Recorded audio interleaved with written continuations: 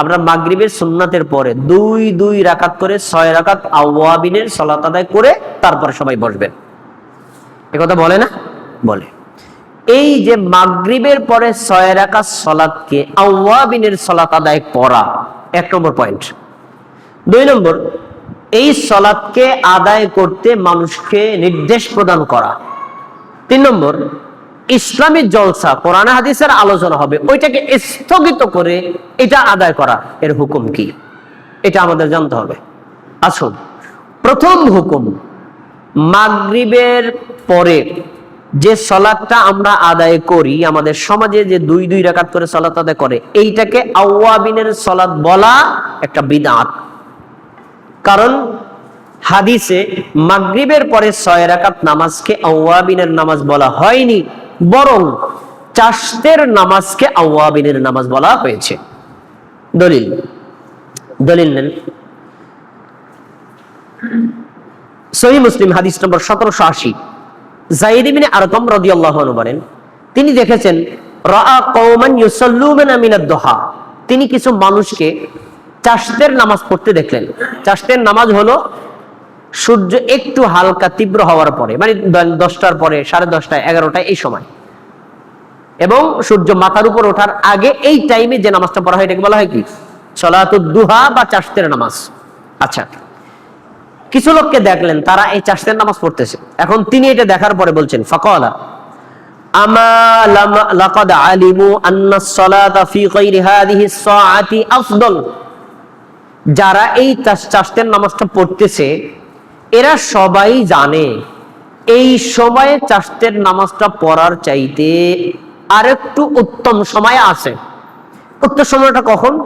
রাসূল সাল্লাল্লাহু আলাইহি ওয়াসাল্লাম বলছেন, সালাতুল আওয়াবিনা হিনা তারমাদুল ফিসাল, সূর্য যখন তীব্র আকার ধারণ করে, পরিপূর্ণভাবে উদিত হয়, একটু কিরণটা একটু বৃদ্ধি পায়, ওই সময়ে নামাজ আদায় করাকে রাসূল কি বলেছেন?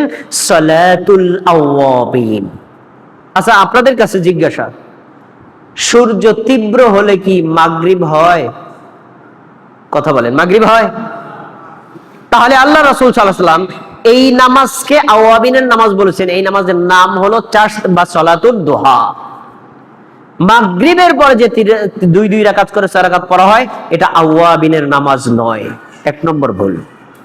2 নম্বর, মাগরিবের সুন্নাতের পরে 2 রাকাত করে 6 রাকাত নামাজ পড়ার হাদিস আছে, কিন্তু হাদিসটা শুধু পড়লেই হবে না, হাদিস সম্পর্কে মুহাদ্দিসদের মন্তব্য কি তা একটু শুনেন।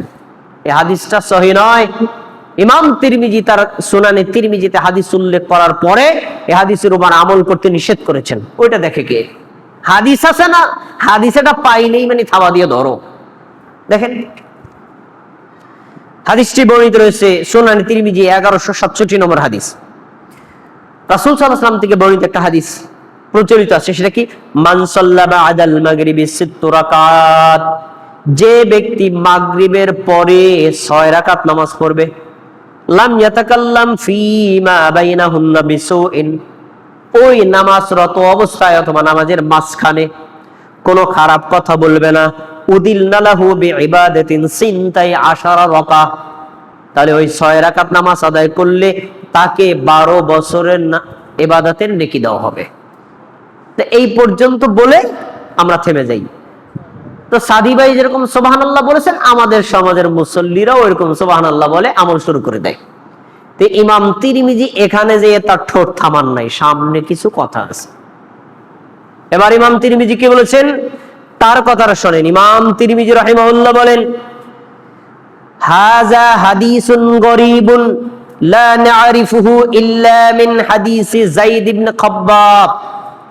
এই হাদিসটা একটা সনদ আছে, এই একটা সনদ ছাড়া অন্য কোন সনদ আমি জানি না।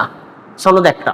আচ্ছা, এরপরে তিনি বলেছেন যেই সনদটা আছে এই সনদটা শোনো, ওয়াসামি'তু মুহাম্মদ ইবনে ইসমাঈল, আমি আমার উস্তাদ ইমাম বুখারীকে এই হাদিসের সনদ সম্পর্কে বলতে শুনেছি।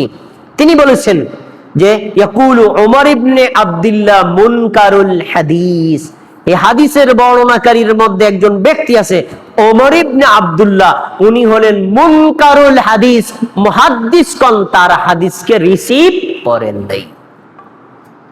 উনি বিশ্বস্ত রাবী না, ওনার বর্ণিত হাদিসকে মুহাদ্দিসগণ গ্রহণ করেন নাই। তারপরে তিনি বলেছেন যে ওয়াদআফাহু জিদ্দান, এই হাদিসটাকে মুহাদ্দিসগণ বলেছেন মারাত্মক দুর্বল, এই হাদিসের উপর আমল করা যাবে না। তাহলে আমরা কি পেলাম? মাগরিবের পরে প্রথমে মাগরিবের 3 রাকাত ফরজ, এরপর 2 রাকাত সুন্নাত, এই পর্যন্ত সহিহ।